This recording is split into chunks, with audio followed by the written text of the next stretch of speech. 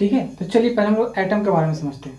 देखिए एटम जो है, एटम के कुछ क्राइटेरिया हैं जिन्हें वो फुलफिल करते हैं तभी उन्हें एक एटम कहते हैं। जैसे सबसे इसका पहला प्रॉपर्टी क्या है कि एटम जो है वो सबसे स्मॉलेस्ट यूनिट होना चाहिए। स्मॉलेस्ट यूनिट का मतलब होता है सूक्ष्मतम इकाई। ठीक है, अभी सूक्ष्मतम इकाई मतलब जैसे कोई भी एक ये एलिमेंट मानते हैं कार्बन का एलिमेंट है, इसे हम छोटे छोटे पार्ट में ब्रेक डाउन करते हैं, तोड़ देते हैं। ठीक है, और तोड़ते जाते हैं। ठीक है, तो वो छोटा पार्ट, ठीक है, जिससे आगे उसे हम और नहीं तोड़ सकते हैं, उससे आगे हम और उसे नहीं तोड़ सकते हैं, और इस पार्ट में इस एलिमेंट के सारे प्रॉपर्टी, सारे गुण मौजूद होते हैं, उससे हम लोग क्या कहते हैं, एटम।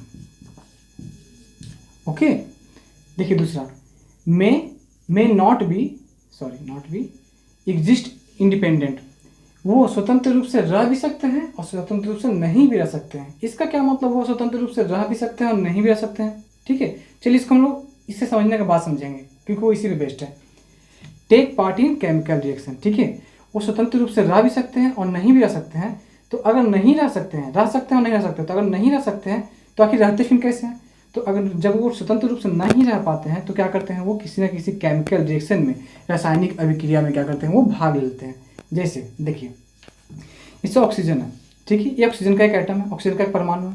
तो ऑक्सीजन का परमाणु जो है वो कभी भी इंडिपेंडेंट, स्वतंत्र रूप से नहीं रह सकता। वो हमेशा O2 के रूप में रहेगा, O3 के रूप में रहेगा, या हो सकता है किसी दूसरे एटम के साथ वो कंबाइंड करे, एक मॉलिक्यूल क्रिएट कर ले। ठीक है, तो इस तरीके से वो रहता है, कभी भी स्वतंत्र रूप से इस रूप में एटम नहीं एग्जिस्ट करता है। ठीक है, लेकिन कुछ ऐसे एटम भी हैं जो स्वतंत्र रूप से रह भी लेते हैं। जैसे नोबेल गैस, नोबेल गैस को इसको बोलते हैं, जैसे कि हीलियम, नियॉन, आर्गन एक्सेट्रा। ठीक है, तो ये सभी नोबेल गैसेज हैं। ठीक है, जो स्वतंत्र रूप से रह लेते हैं। ठीक है, स्वतंत्र रूप से रह लेते हैं। अगर ये स्वतंत्र रूप से नहीं रह पाते तो इसके पीछे का रीजन क्या है? देखिए, ऑक्सीजन जो है, ठीक है, ऑक्सीजन का एटॉमिक नंबर जो होता है वो 8 होता है। ठीक है, इसका इलेक्ट्रॉनिक कॉन्फ़िगरेशन जब लिखेंगे तो क्या होगा, 2 और 6 होगा। ठीक है, तो कोई भी एटम, ठीक है, वो उस समय तक स्टेबल, उस समय तक स्थिर नहीं है जब तक कि उसका लास्ट ऑर्बिट जो है वो 8 नहीं हो जाए, उसमें इलेक्ट्रॉन की संख्या 8 ना हो जाए। ठीक है, इलेक्ट्रॉनिक कॉन्फ़िगरेशन देखिए होता है, पहला ऑर्बिट जो होता है वो 2 इलेक्ट्रॉन रखने की कोशिश करता है। ठीक है, फिर दूसरा 8, तीसरा 8, चौथा 8, सो ऑन। ठीक है, इस तरीके से और आगे भी।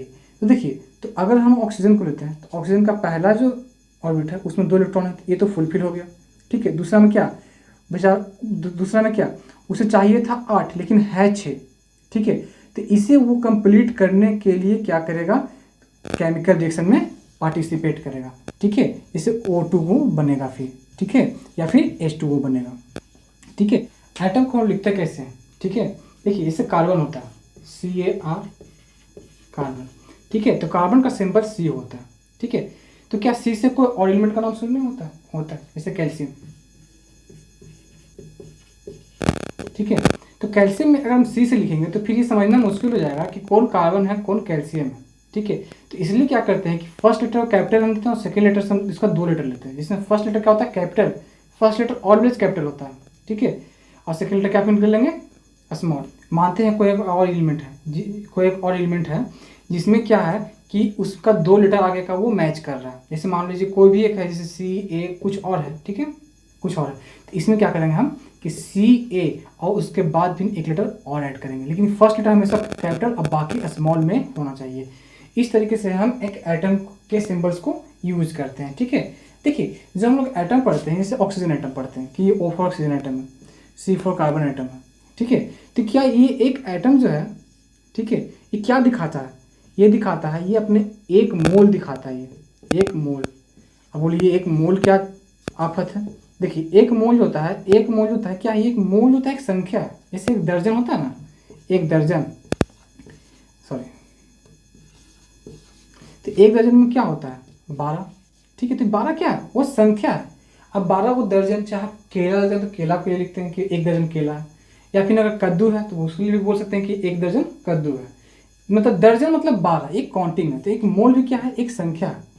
ठीक है, एक संख्या होता है तो इसके साथ कोई यूनिट नहीं होता है।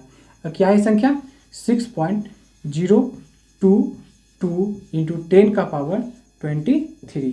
ठीक है, ये क्या है, ये नंबर ऑफ एटम, क्या है, नंबर ऑफ एटम्स।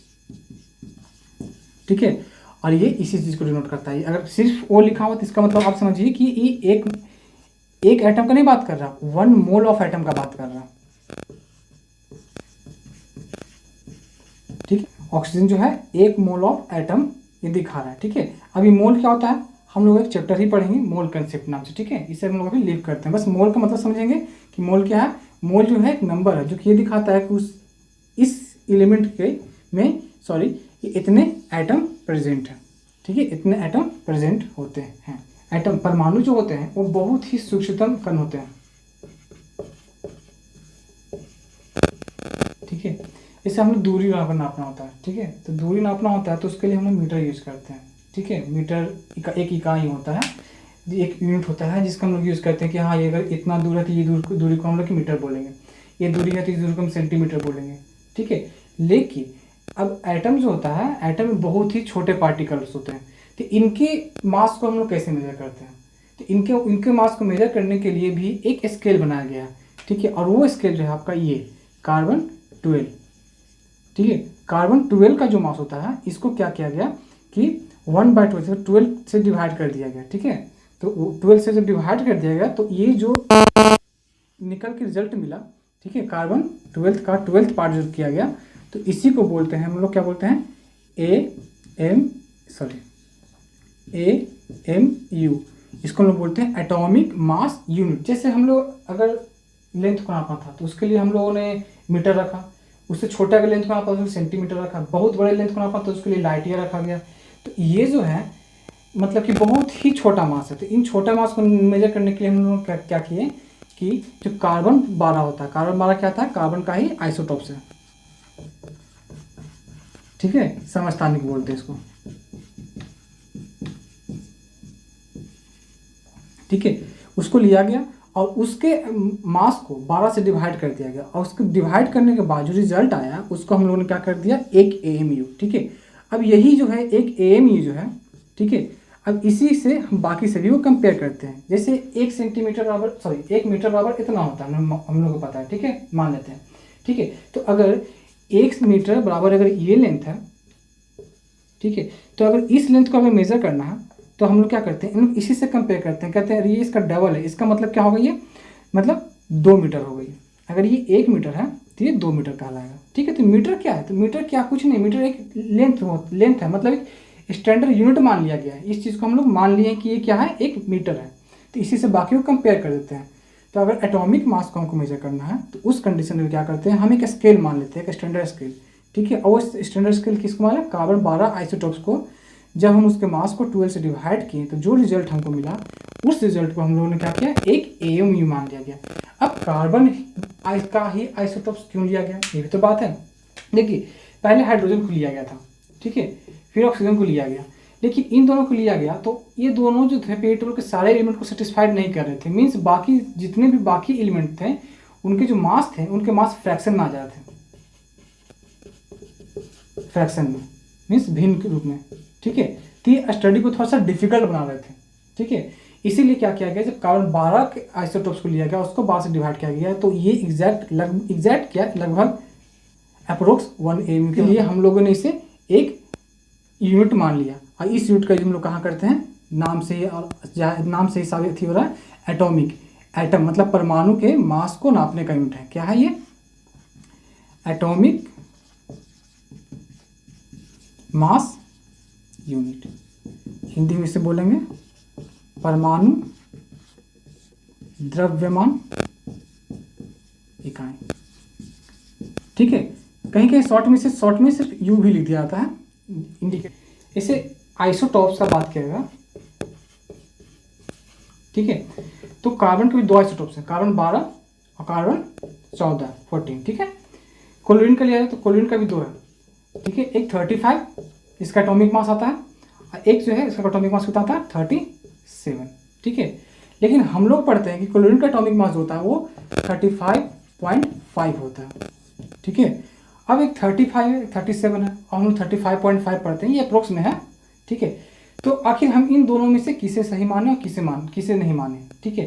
तो इसके लिए क्या देखा जाता है कि नेचर में कौन किस अमाउंट में प्रेजेंट है। जैसे ये कोलिन ये है, ठीक है, 35, कोलिन 37 है, ठीक है।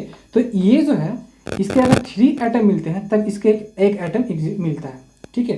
तो इस तरीके से हम लोगों ने क्या किया कि इसका एवरेज निकाल लिया, ठीक है। देखिए कोलिन है तो 35 के जो है वो 3 एटम मिलते हैं, तब 37 के एक एटम प्रेजेंट मिलते हैं, ठीक है। ऐसे 4 से डिवाइड करते हैं, इसको कीजिएगा तो आपको ऑटोमेटिक 35.5 आ जाएगा।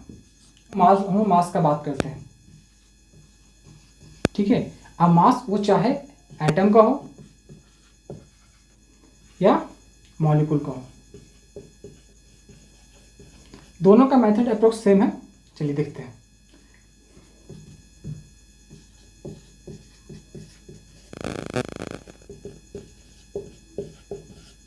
ठीक है, तो देखिए अगर हम लोग किसी भी एटम का या मॉलिक्यूल का मास द्रव्यमान निकालना है तो हम लोग क्या करते हैं, जैसे देखिए ऑक्सीजन है तो ये हमको पेट से याद करना होगा। ऑक्सीजन का एटॉमिक मास जो होता है वो कितना होता है 16, ठीक है।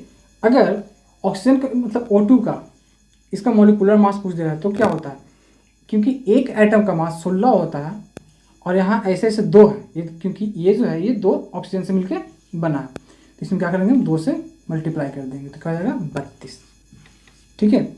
अब उस तरीके से देखिए H2O पानी को अगर लेते हैं तो हमें पता है हाइड्रोजन का एटॉमिक मास 1 होता है, और क्योंकि हाइड्रोजन के 2 एटम प्रेजेंट हैं जिसमें क्या करेंगे 2 से मल्टीप्लाई कर देंगे, प्लस ऑक्सीजन कितने एटम प्रेजेंट है 1 तो 16, ऑक्सीजन का एटॉमिक मास कितना होता है 16, तो ऐसे कर देंगे 2 + 16 इक्वल टू कितना हो जाएगा 18, ठीक है। उसी तरह से CO2 का, ठीक है, कार्बन का एटॉमिक मास 12 प्लस ऑक्सीजन का एटॉमिक मास 16, क्योंकि ऑक्सीजन यहाँ 2 है तो 2 से क्या करेंगे मल्टीप्लाई कर देंगे, ठीक है। तो ऐसे कितना जाएगा 12 + 32 मतलब 44, ठीक है। तो इस तरीके से हम एटॉमिक परमाणु और अणु का द्रव्यमान निकाल सकते हैं, एटॉमिक और मॉलिक्यूलर मास हम लोग निकाल सकते हैं। अगर एटम का तो जस्ट एटम का सिर्फ उसका एटॉमिक मास जो पेरियोडिक टेबल में दिया हुआ उससे हम लोग पुट कर सकते हैं, ठीक है। और मॉलिक्यूल का निकालना है तो बस हमें ये याद रखना है कि जैसे कोई भी मॉलिक्यूल है वो मॉलिक्यूल किस किस कंपाउंड से बना है। जैसे कि कोई मॉलिक्यूल है जैसे A, B, C कंपाउंड से मिलकर बना है, 3 कंपाउंड से मिलकर बना है, तो हमको C 3 एलिमेंट से मिलकर बना है, तो हम लोग क्या करना है तीनों एलिमेंट के एटॉमिक मास को याद रखना है, ठीक है। या फिर पेरियोडिक टेबल से हम लोग को इसका यूज करना है। इसका अगर 1 है तो इसको 1 रखेंगे, इसका 2 है तो 2 रखेंगे, इसका 3 है तो 3 रखेंगे। अब ये जो है कितने अमाउंट में, अगर C है तो 3 है तो इसमें क्या करेंगे, क्योंकि C एक एटम का मास 3 है तो 3 से मल्टीप्लाई कर देंगे, इसका टोटल मास कितना आ जाएगा 9, ठीक है। अगर ये है ये भी 3 है तो क्या कर देंगे 6 आ जाएगा, अगर ये 2 है तो कितना आ जाएगा 2 आ जाएगा। तो क्योंकि ये कंपाउंड जो A B C तीनों से मिलकर बना है तो यहाँ पर एटॉमिक मास कितना हो जाएगा, ये मॉलिक्यूलर मास कितना हो जाएगा 2 + 6 + 9 कितना हो जाएगा 9 और 2 11, 11 2 17, ठीक है। तो इस तरीके से हम लोग एटॉमिक एंड मॉलिक्यूलर मास को कैलकुलेट करते हैं, ठीक है। अब हम लोग वैलेंसी देखते हैं, इसको बोलते हैं संयोजकता।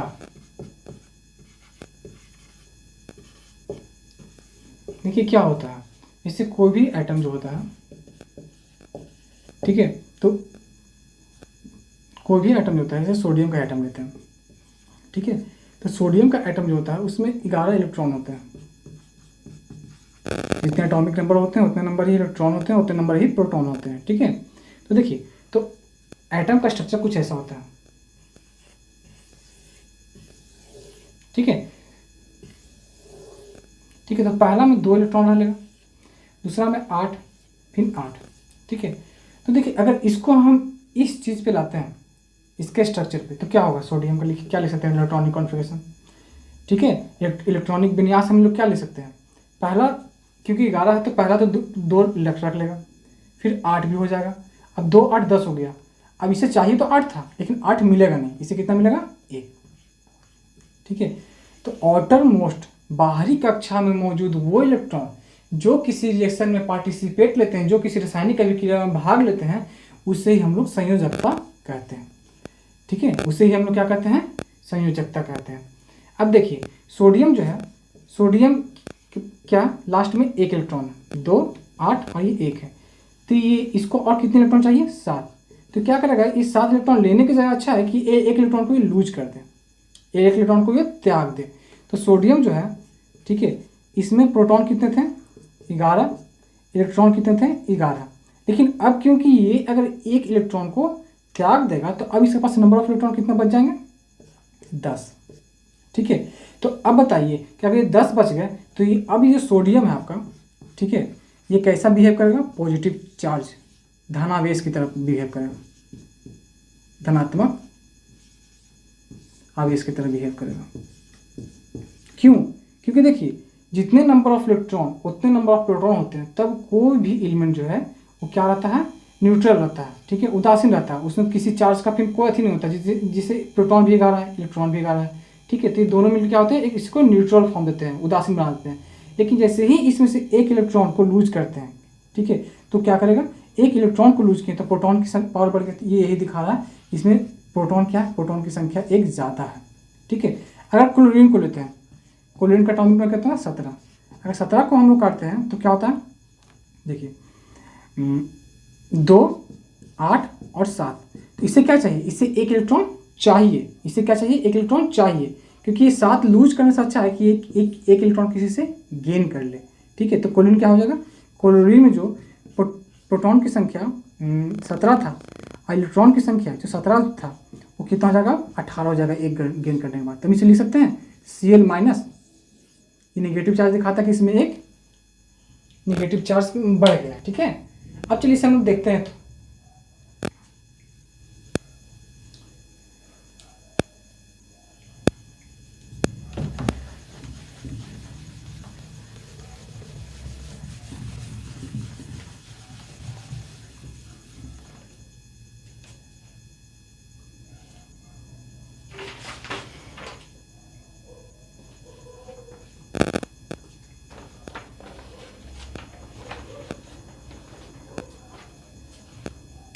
ठीक है, तो वैसे परमाणु जो इलेक्ट्रॉन का त्याग कर दे वो कैसे बनाएंगे, वो धनावेश या धनात्मक आवेश उन पे आएगा, ठीक है। और जो इलेक्ट्रॉन को ले ले, मतलब इलेक्ट्रॉन को गेन कर ले, प्राप्त कर लेते हैं, वो कैसे बनाते हैं, ऋणात्मक आवेश बनाते हैं, ठीक है। चलिए हम कुछ एग्जांपल्स देखते हैं। ये सोडियम है, ठीक है, तो सोडियम क्या, एक इलेक्ट्रॉन को लूज कर देगा, ठीक है। क्लोरीन है, क्लोरीन क्या करेगा, एक इलेक्ट्रॉन को गेन कर लेगा, ठीक है। ये पॉजिटिव चार्ज बनेगा, ये नेगेटिव चार्ज बनेगा। पॉजिटिव चार्ज जो बनता है इसे हम लोग बोलते हैं इसमें कैटायन, ऐसे बोलते हैं एनायन, ठीक है। इसे बोलेंगे कैटायन, इसमें पॉजिटिव चार्ज होता है, इसको बोलेंगे एनायन। चलिए हम लोग कुछ देखें, तो जितने भी मेटल हैं, ऑल मेटल और धातु, वो क्या करते हैं, इलेक्ट्रॉन का त्याग करते हैं। क्या करते हैं, इलेक्ट्रॉन का त्याग कर देते हैं। तो अगर त्याग कर देंगे तो कैसा इलेक्ट्रॉन का त्याग करते हैं, तो अगर इलेक्ट्रॉन का त्याग करते हैं तो ये कैसा आवेश बनाएंगे अपने पे, तो ये पॉजिटिव आवेश बनाएंगे। कैसा बनाएंगे, पॉजिटिव, ठीक है। और ऑल नॉन मेटल, ठीक है, मतलब जितने भी अधातु हैं वो क्या करते हैं, इलेक्ट्रॉन गेन करते हैं, इलेक्ट्रॉन प्राप्त कर लेते हैं। तो अगर प्राप्त कर लें तो उसमें क्या हो गया, निगेटिव चार्ज का मान बढ़ गया, तो वो क्या किस तरह के आवेश बनाते हैं, निगेटिव चार्ज बनाते हैं, ठीक है। सिर्फ दो ही है, एक हाइड्रोजन और एक अमोनिया, NH4, ठीक है, ठीक है। ये दोनों अधातु होते हुए भी, ये दोनों क्या है, अधातु है, अधातु होते हुए भी क्या करते हैं, इलेक्ट्रॉन का त्याग करके पॉजिटिव चार्ज बनाते हैं। क्या करते हैं, इलेक्ट्रॉन का त्याग करते हैं, मतलब ये दो ही ऐसे अधातु हैं, ठीक है, जो कि इलेक्ट्रॉन का त्याग कर देते हैं, ठीक है, और अपने आप को पॉजिटिव चार्ज बनाते हैं, ठीक है। देखिए अगर एक इलेक्ट्रॉन को त्याग कर रहा है और एक इलेक्ट्रॉन ले रहा है तो उन दोनों के बीच में एक बॉन्ड बन सकता है। चलिए उसी बॉन्ड को हम लोग पढ़ते हैं। देखिए सोडियम जो है इलेक्ट्रॉन का त्याग करके पॉजिटिव आयन बना देगा, क्लोरीन जो है इलेक्ट्रॉन का त्याग करके निगेटिव आयन बनाएगा, ठीक है, निगेटिव चार्ज बना देगा, ठीक है। तो अगर ये इलेक्ट्रॉन को त्याग करने की क्षमता रखता है, ये इलेक्ट्रॉन को गेन करने की क्षमता रखता है, तो हम अभी क्या बताते हैं कि संयोजकता में क्या होता है कि जितने इलेक्ट्रॉन को त्याग करे उसी को संयोजकता बोलते हैं। तो ये एक इलेक्ट्रॉन को ही त्याग करता है मतलब इसकी संयोजकता एक होगी, और ये एक इलेक्ट्रॉन को ही गेन करता है मतलब इसकी भी संयोजकता एक ही होगी। ठीक है, अब क्या करते हैं, दोनों आपस में एक बॉन्ड बना लेगा जिसे हम लोग बोलेंगे आयनिक बॉन्ड।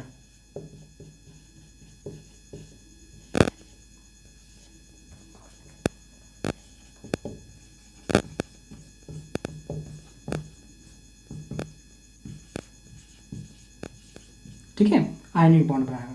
ठीक है, देखिए कैसे बनता है। यहाँ पे क्या होता है कि क्रिस क्रॉस मल्टीप्लाई होता है, मतलब तिरछा मल्टीप्लाई होता है। ये जो है इससे मल्टीप्लाई हो जाएगा, तो यहाँ पे क्या बनेगा एन ए, ये इससे मल्टीप्लाई हो तो 1 को लिखने की जरूरत नहीं है। ठीक है, इसका ऐसे होगा ऐसे Cl1, इसको शॉर्ट में कर सकते हैं NaCl। अब आप ध्यान से देखिए, ये एक इलेक्ट्रॉन त्याग कर देगा, अगर ये एक इलेक्ट्रॉन त्याग कर देगा तो इसका ऑर्डर ऑर्बिट जो है वो फुलफिल हो जाएगा। ठीक है, और एक इलेक्ट्रॉन गेन कर लेगा तो इसका ऑर्बिट भी फुलफिल हो जाएगा। ठीक है, तो ये दोनों क्या करेगा, आपस में म्यूचुअल कॉर्पोरेशन कर लेगा। ठीक है, और अपने ऑर्बिट को फुलफिल करने के लिए एक आयनिक बॉन्ड बना देगा। ठीक है, इस तरीके से बने हुए बॉन्ड को हम लोग आयनिक बॉन्ड कहते हैं। तो यहाँ पे क्या किया जाता है, क्रिस क्रॉस मल्टीप्लाई कराया जाता है। ठीक है, चलिए और एग्जाम्पल इसमें हम लोग देखते हैं। चलिए हम लोग देखते हैं हाइड्रोजन क्लोराइड का।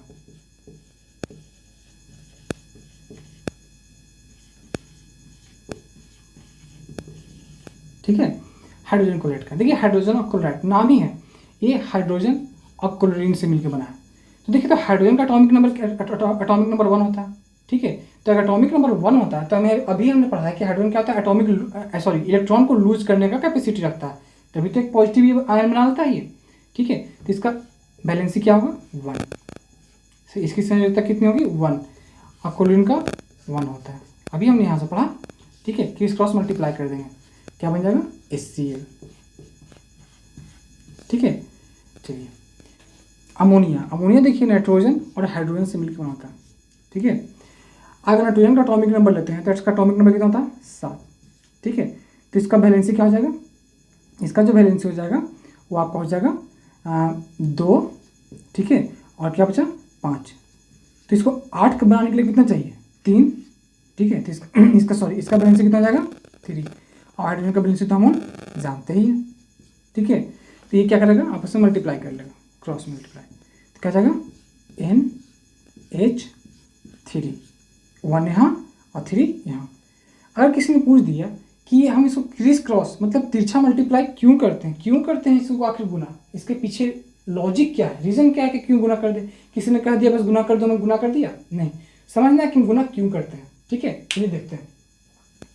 देखिए N, इस एग्जाम्पल होते हैं H, इसका एटॉमिक वैलेंसी कितना था, इसका वैलेंसी 3 और इसका वैलेंसी 1।